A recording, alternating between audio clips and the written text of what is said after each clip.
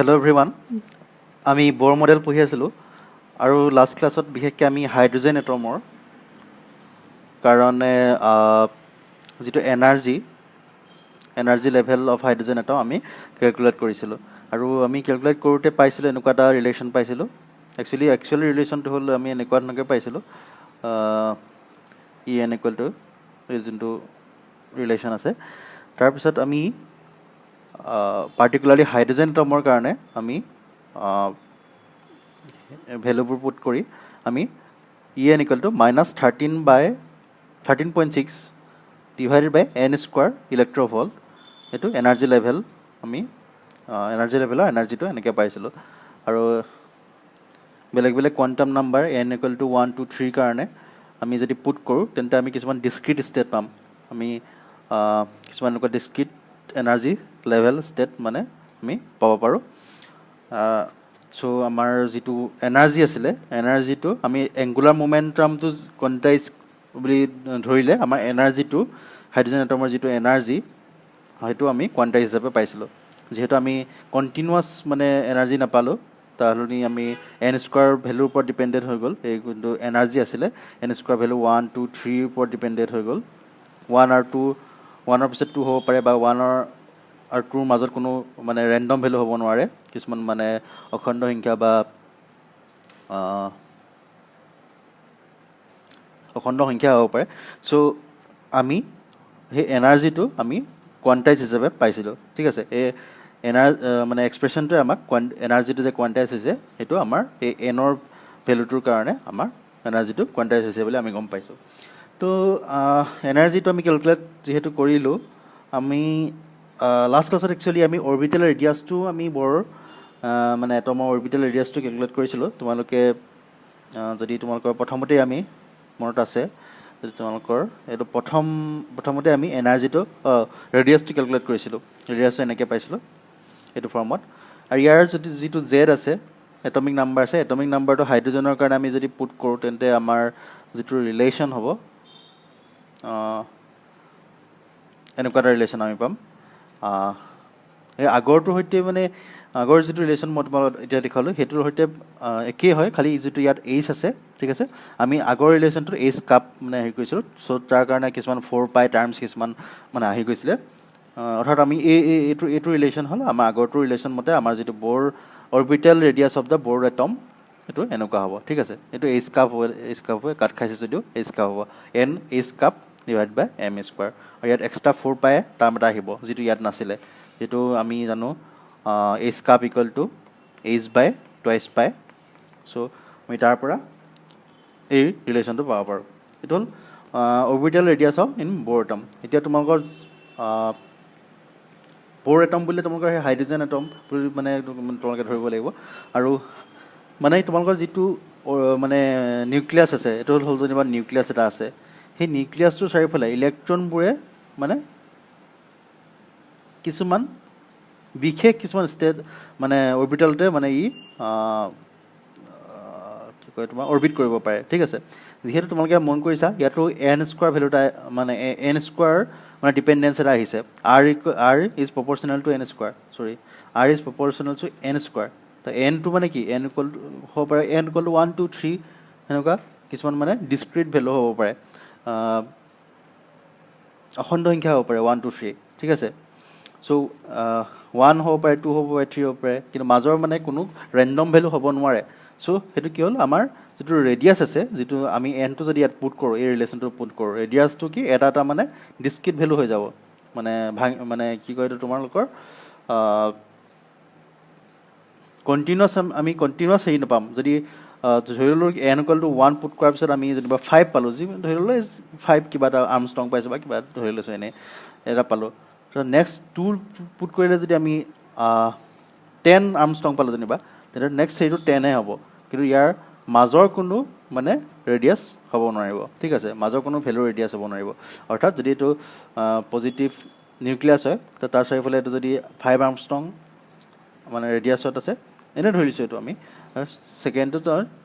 মানে 10হে হ'ব ঠিক আছে আমি মাজত কোনো মানে এনেকুৱা ইণ্টাৰমিডিয়েট কোনো ইয়াত পাব নোৱাৰিম মানে ইণ্টাৰমিডিয়েট কোনো অৰবিটেল পাব নোৱাৰিম ঠিক আছে চ' সেইটো হ'ল আমাৰ প্ৰথম কথা অৰবিটেল ৰেডিয়াছ অফ মানে বৰ এটম এতিয়া বৰ ৰেডিয়াছ এতিয়া চবচে ইম্পৰ্টেণ্ট কথাটো হ'ল কি আমি জানিব লাগিব বৰ ৰেডিয়াছটো কি বুলি তোমালোকে মন কৰিছা এইটো আৰটো N square depend R is proportional to N square ঠিক আছে বাকী যিখিনি টাৰ্ম আছে এই পাৰ্টটো নাথিং বাট এ কনষ্টেণ্ট ঠিক আছে এইটো কনষ্টেণ্ট টাৰ্ম সেই কনষ্টেণ্ট টাৰ্মটোক আমি এটা নতুন মানে হেৰিয়ে নামাকৰণ কৰিম এ নট বুলি নামাকৰণ কৰিলোঁ যেনিবা আৰু সেই কনষ্টেণ্টটো যদি আমি গোটেইকেইটা ভেলু যদি পুট কৰা তোমালোকৰ এইচৰ ভেলু পুট কৰিলা এপচাইলন নটৰ ভেলু পুট কৰিলা পুট কৰাৰ পিছত তোমাৰ যিটো ভেলু পাম এইটো 0.52 আৰ্মষ্ট্ৰং হ'ব ঠিক আছে সেই যিটো মানে এই কনষ্টেণ্ট এই ৰিলেশ্যনটোৰ যিটো কনষ্টেণ্ট ভেলু 0.52 আৰ্মষ্ট্ৰং সেই কনষ্টেণ্ট ভেলুটোকে আমি বৰ ৰেডিয়াছ বুলি কওঁ ঠিক আছে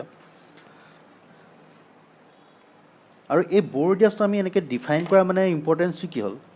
আমি ইম্পৰ্টেঞ্চটো হ'ল ইয়াৰ কোনোবা ৰিজন থাকিব লাগিব তাৰ কিবা এটা আমি এনেকৈ মানে বৰ ৰেডিয়াছ হিচাপে নামাকৰণ কৰা তাৰ ইম্পৰ্টেঞ্চটো হ'ল কি তোমালোকে এই কনষ্টেণ্ট ভেলুটো দেখিছা এতিয়া ইয়াৰ প্ৰথম ভেলুটো কি হ'ব পাৰে প্ৰথম ভেলুটো n ইকুৱেল টু 1 হ'লে মানে ইয়াৰ ভেলুটো কিমান হ'ব আৰ ইকুৱেল টু ধৰি ল'লোঁ আৰ বুলি মই হেৰি কৰিছোঁ ৰেডিয়াছ অফ দ্য বৰ এটম মানে হেৰি equal to R equal to A not হ'ব ঠিক আছে চ' প্ৰথম যোনটো মানে ৰেডিয়াছ হ'ব সেইটো এ নট হ'ব সেই এ নটটোকে আমি বৰ ৰেডিয়াছ বুলি ক'ম মানে এ নট মানে কি হ'ল তোমাৰ বৰ ৰেডিয়াছ প্ৰথম সেই বৰ ৰেডিয়াছটো যিহেতু মানে এনৰ ভেলুটো 1তকৈ যিহেতু কম হ'ব নোৱাৰে দেখিছে ইয়াত তোমালোকে 1 2 3 1ৰ পৰা ষ্টাৰ্ট হৈছে 1তকৈ কম হ'ব নোৱাৰে মানে n ইকুৱেল টু 0.5 হ'ব নোৱাৰে বা এনেকুৱা কিবা হ'ব নোৱাৰে চ' এটা ইলেক্ট্ৰন যেতিয়া এটা মানে পজিটিভ নিউক্লিয়াছৰ চাৰিওফালে হেৰি কৰিব ইয়াৰ মানে ক্ল'জেষ্ট ডিষ্টেঞ্চটো কিমান হ'ব সেইটো বৰ ৰেডিয়াছ ঠিক আছে বৰ ৰেডিয়াছৰ সমানলৈকে সি মানে অৰবিট কৰিব পাৰিব ই বৰ ৰেডিয়াছতকৈ মানে কম ৰেডিয়াছৰ ভিতৰত মানে ই ইলেক্ট্ৰনটো সোমাব নোৱাৰে চ' এইটো তোমালোকৰ ক'ব পৰা এটা মানে কি কয় লিমিট ইমান বৰ ৰেডিয়াছৰ ইমানটো বৰ ৰেডিয়াছ এনত যেনিবা ধৰিলোঁ ইমানলৈকে সি মানে তাৰ মানে ইলেক্ট্ৰনটো কাষ চাপিব পাৰে যেনিবা ইয়াত ইলেক্ট্ৰন এটা আছে ইলেক্ট্ৰনটো মানে এই বৰ ৰেডিয়াছটোলৈকেহে কাষ চাপিব পাৰে তাতকৈ ভিতৰত কিন্তু তোমালোকে ইলেক্ট্ৰন মানে নিউক্লিয়াছৰ মানে ওচৰত পাব নোৱাৰা ঠিক আছে এইটোতো হ'ল তোমালোকৰ মিনিমাম মানে ডিষ্টেঞ্চ বিটুইন ইলেক্ট্ৰন আৰু তোমালোকৰ নিউক্লিয়াছ ঠিক আছে চ' এইখিনি বুজিলা এইটো বৰ ৰেডিয়াছৰ ইম্পৰ্টেঞ্চটো সেইটোৱে তাতকৈ মানে ভিতৰত তোমালোকৰ কোনো ইলেক্ট্ৰন তোমালোকে নাপাবা ঠিক আছে প্ৰবেবিলিটি 0 হ'ব যদি প্ৰবেবিলিটি উলিওৱা the radius of the nth orbit আমাৰ nth অৰবিটৰ মানে ইলেক্ট্ৰন এটা যেনিবা nth অৰবিট n নম্বৰ অৰবিটত আছে যিকোনো এটা n নম্বৰ অৰবিটত আছে আৰু তাৰ যিটো ৰেডিয়াছ আমি সেই ৰেডিয়াছটো ডাইৰেক্ট বৰ ৰেডিয়াছৰ পৰা উলিয়াব পাৰোঁ তো তোমালোকে দেখিছাই এইটো হৈছে কনষ্টেণ্ট সেইটো আমি n হিচাপে পুট কৰিলোঁ n স্কোৱাৰটো আছিলেই so' n square into a naught so' এইটো হ'ল radius of the nth orbit of the atom n of the electron in the atom so a not is called a not so is a বৰ radius ঠিক আছে এতিয়া আমি বৰ ৰেডিয়াছটো বুজিলোঁ in cash of reduce মাছটো মই তোমালোকৰ লাষ্ট ক্লাছত দেখুৱাইছিলোঁ যেতিয়া মানে নিউক্লিয়াছ আৰু যিটো ইলেক্ট্ৰনৰ যিটো মাছ আছে মাছটো মানে এটা মানে ছিষ্টেম হিচাপে আমি যেতিয়া দেখুৱাম তেতিয়া ৰিডিউচ মাছৰ মানে কনচেপ্টটো আহে চ' ৰিডিউচ মাছটো আমি কিমান ৰিডিউচ মাছ হিচাপে কেলকুলেট কৰিলে আমি পাম R n equal to m divided by mu n square n naught where mu is capital M into m divided by capital M plus m এইটো তোমালোকে ইজিলি উলিয়াব পাৰা কোনো প্ৰব্লেম নাই চ' আমি বৰ ৰেডিয়াছটো গম পালোঁ বৰ ৰেডিয়াছৰ মানে ছিগনিফিকেঞ্চটো গম পালোঁ এতিয়া আমি ফটন এনাৰ্জি আৰু ৱেভ লেংথ এতিয়া ফটন এনাৰ্জি আৰু ৱেভ লেংথ সেইটো মানে তোমালোকে কি বুজাইছে ধৰি ল'লোঁ এটা এটম আছে এটমটোৰ মানে এটা মানে যিটো ইলেক্ট্ৰন আছে ইলেক্ট্ৰনটোৰ এটা এনাৰ্জি ষ্টেটৰ পৰা এটা মানে হাই এনাৰ্জি ষ্টেটৰ পৰা যিটো আমি ইনিচিয়েল বুলি ধৰিছোঁ এনাৰ্জি ইনিচিয়েল ষ্টেটৰ পৰা এটা মানে তোমালোকৰ ফাইনেল এনাৰ্জি ষ্টেট বেলেগ এটা এনাৰ্জি ষ্টেটলে মানে ই যেতিয়া মানে হেৰি কৰিছে ইলেক্ট্ৰনটো মানে তোমালোকৰ জাম্প কৰিছে ফাইনেল এনাৰ্জিলৈ ফাইনেল এনাৰ্জি ষ্টেটলৈ যেতিয়া মানে এটা ইলেক্ট্ৰন তোমাৰ ফটন এমিট হ'ব। সেই ফটনটোৰ যিটো এমিশ্যন এমিট হ'ব, ফটনটো যিটো এনাৰ্জি ৰিলিজ কৰাৰ ফলত যিটো ফটন মানে এনাৰ্জিটো মানে তোমালোকৰ ফটন হিচাপে মানে এনাৰ্জি অফ ফটন হিচাপে মানে তোমালোকৰ এমিট কৰিব। সেই এমিট কৰা এনাৰ্জিটো তোমাক আমি কেনেকৈ দিওঁ, H new equal to EI minus EF, যিটো ইনিচিয়েল এনাৰ্জি ষ্টেট যিটো আছিলে তাৰ আৰু ফাইনেল এনাৰ্জি ষ্টেট তাত আহোঁতে ইলেক্ট্ৰনটো আহোঁতে যিটো এনাৰ্জি এমিট কৰে সেইটো আমি EI মাইনাছ EFৰ দ্বাৰা মানে হেৰি ডিন'ট কৰোঁ। আৰু তোমালোকৰ EI আমি অলৰেডি কেলকুলেট কৰিছোঁ, তোমালোকৰ 1/ni স্কুৱাৰ f স্কুৱাৰ। তাৰপিছত তোমালোকৰ এই E1টো তোমালোকক মই এটা কনষ্টেণ্ট হিচাপে দেখুৱাইছিলোঁ। E1টো কি আছিলে তোমালোকৰ, এইটো E1 মাইনাছ 13.6 ইলেক্ট্ৰন ভল্ট। চ' আমি যিটো ফটন এনাৰ্জি আমি এনেকৈ কেলকুলেট কৰিব পাৰোঁ। সেই বেলেগ একো নহয়, এইটো আগৰ যিটো এনাৰ্জি এক্সপ্ৰেশ্যন আছিলে, এনাৰ্জি এক্সপ্ৰেশ্যনকেইটা মানে এনেকৈ এনাৰ্জি এক্সপ্ৰেশ্যনকেইটাৰ মতে আমি এনেকৈ যদি পুট কৰি দিওঁ, আৰু প্ৰথম যিটো এনাৰ্জি ষ্টেটৰ কাৰণে NI হ'ব, ইনিচিয়েল মানে কোৱাণ্টাম নাম্বাৰ NI বুলি ধৰি ল'ম, আৰু ছেকেণ্ড এনাৰ্জি ষ্টেটৰ NF ফাইনেল বুলি ধৰি ল'ম এনেকৈ। তাৰপিছত সেই যিটো এনাৰ্জি হ'ব আমি এইটো ৰিলেশ্যনৰ দ্বাৰা দিব পাৰোঁ এনেকৈ। তাৰপিছত তোমালোকৰ নিউ এইচটো যদি তোমালোকে ইফালে যদি ক্ৰছ প্ৰডাক্ট কৰা মানে হেৰি কৰা, তেতিয়া এইটো নিউ ফ্ৰিকুৱেঞ্চিটো আমি পাই যাম এনেকৈ। আৰু ফ্ৰিকুৱেঞ্চি তোমালোকৰ যিটো ফ্ৰিকুৱেঞ্চিৰ পৰা তোমালোকে এইটো হেৰিয়ৰ ৰিলেশ্যনটো জানা, ফ্ৰিকুৱেঞ্চিৰ পৰা কি আছিলে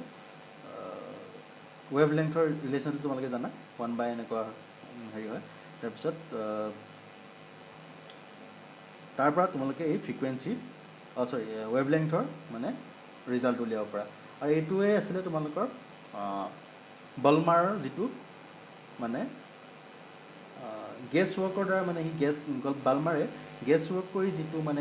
মানে তোমালোকৰ ফৰ্মুলা উলিয়াইছিলে, সেই ফৰ্মুলাটো আমি ফাইনেলি পামগৈ। আমি যিমানখিনি তেওঁলোকে মেথমেটিকেল কেলকুলেশ্যন কৰিলোঁ, সেইটো বৰ মানে যি দুটা এজাম্পশ্যন আছিলে, সেই এজাম্পশ্যনৰ পৰা ভিত্তি কৰি আমি মানে তোৰ মেথামেটিকেলি এই বালমাৰ যিটো গেছ কৰি ওলোৱা ফৰ্মুলা, সেই বালমাৰ ফৰ্মুলাটো আমি মেথামেটিকেলি প্ৰুভ কৰিলোঁগৈ। ঠিক আছে, এই কুৱেশ্যনটো তোমালোকেতো ফেমিলিয়াৰ, তোমালোকে একেবাৰে মানে সৰুৰ পৰা পাই আহিছা এইটো ইকুৱেশ্যন, মানে প্ৰায় হায়াৰ ছেকেণ্ডেৰীৰ পৰা নে তাতকৈ আগৰ পৰা সেইটো পাইছা, হায়াৰ ছেকেণ্ডেৰীৰ পৰা পাইছা মেবি। 1/λ ইকুৱেল টু এই ফৰ্মুলাটো তোমালোকৰ এতিয়া আমি বিভিন্ন ছিৰিজ আমি মানে এই ডিফাইন কৰিছিলোঁ আগতে, লিহমান ছিৰিজ, বালমাৰ ছিৰিজ, পাৰ্চেণ্ট series, Brackett series, Pfund series,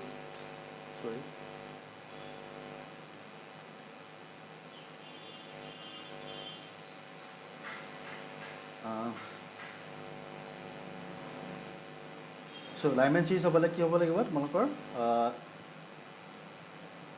মানে যিটো আমাৰ যিটো ফাইনেল হেৰি আছিলে, মানে ফাইনেল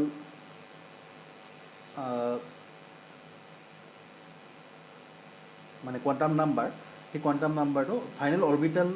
মানে অৰবিটটোৰ এনাৰ্জি ষ্টেটটোৰ কোৱাণ্টাম নাম্বাৰটো মানে 1 হ'ব লাগিব। অৰ্থাৎ ই 1 মানে হায়াৰ এনাৰ্জি ষ্টেটৰ পৰা আহি মানে এই লৱাৰ 1 এনাৰ্জি ষ্টেটলৈ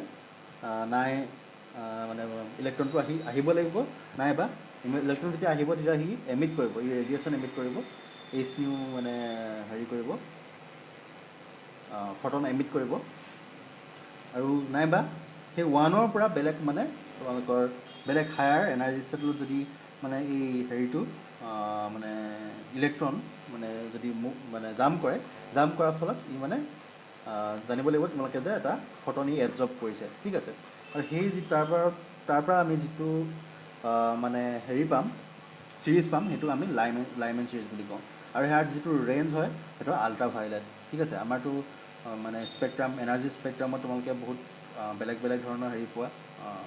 স্পেক্ট্ৰাম পোৱা। তাৰ কিছুমান ultra violet, UV, visible range, infrared, এনেকৈ তোমালোকে জানা সেইখিনি মানে এনাৰ্জি স্পেক্ট্ৰাম। চ' আমাৰ প্ৰথম যিটো কণ্ডিশ্যন NF যেতিয়া ইকুৱেল টু 1 হ'ব, মানে ফাইনেল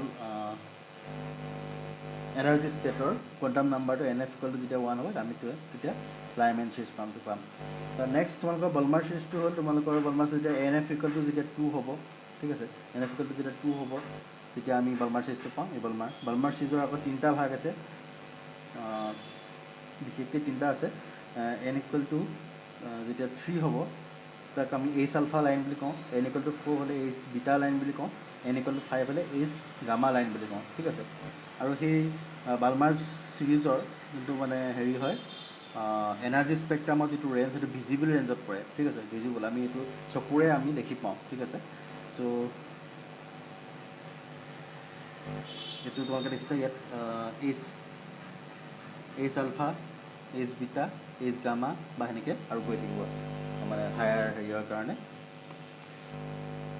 হায়াৰ কোৱাণ্টাম নাম্বাৰৰ কাৰণে তাত নেক্সট যিটো চিৰিজ পাওঁ আমি পাৰ্চেণ্ট চিৰিজ যেতিয়া N F equal to final যোনটো quantum number of the orbit will be 3 ঠিক আছে যেতিয়া 3 হ'ব তেতিয়া আমি পাৰ্চেণ্ট চিৰিজ পাওঁ আৰু সেইটো তোমালোকৰ এই 3 নম্বৰৰ যোনটো হেৰি আছে এনাৰ্জি ষ্টেট আছে ওপৰৰ এনাৰ্জি ষ্টেটৰ পৰা আহি মানে এইটোত মানে হেৰি হ'ব আৰু এইটো নিয়াৰ ইনফ্ৰাৰেড ৰিজনত পৰে এই যোনটো হেৰি হয় পাৰ্চেণ্ট চিৰিজ হয় তেনেকৈ ব্ৰেকেট চিৰিজ পাওঁ আমি যেতিয়া এন এফ ইকুৱেল টু 4 হয় তেতিয়া এন এফ ইকুৱেল টু 4 আমি ফাৰ ইনফ্ৰাৰেডৰ হেৰি পাওঁ তাৰপিছত তেনেকৈ ফান হেৰিয়তো আমি ফাৰ ইনফ্ৰাৰেডত পাওঁ যেতিয়া এন এফ ইকুৱেল টু মানে 5 হয় ফাইনেল হেৰিটো 5 হয় চ' আমি যিখিনি স্পেক্ট্ৰাম আমি আগতে এইখিনি মই ইমান গুৰুত্বকৈ মানে হেৰি কৰা নাই কাৰণ মই তোমালোকে অলৰেডি পাইছা এইখিনি পাৰ্চেণ্ট বলমাৰ চিৰিজ সেইখিনি তোমালোকে বুজি পোৱা চ' সেইখিনি দেখিলা আমি বিশেষকৈ আমি কেনেকৈ বালমাৰ মানে ইকুৱেশ্যনটো যিটো গেছ কৰি ইকুৱেশ্যন উলিয়াইছিল সেই ইকুৱেশ্যনটো আমি কেনেকৈ মানে বোৰ এটমিক মডেলৰ দ্বাৰা আমি মানে প্ৰুভ কৰিলোঁ চ' আজিলৈ আমি ইমানতে ক্লাছ সামৰিম নেক্সট আমি চাওঁ কোনটো টপিক পঢ়োঁ থেংক ইউ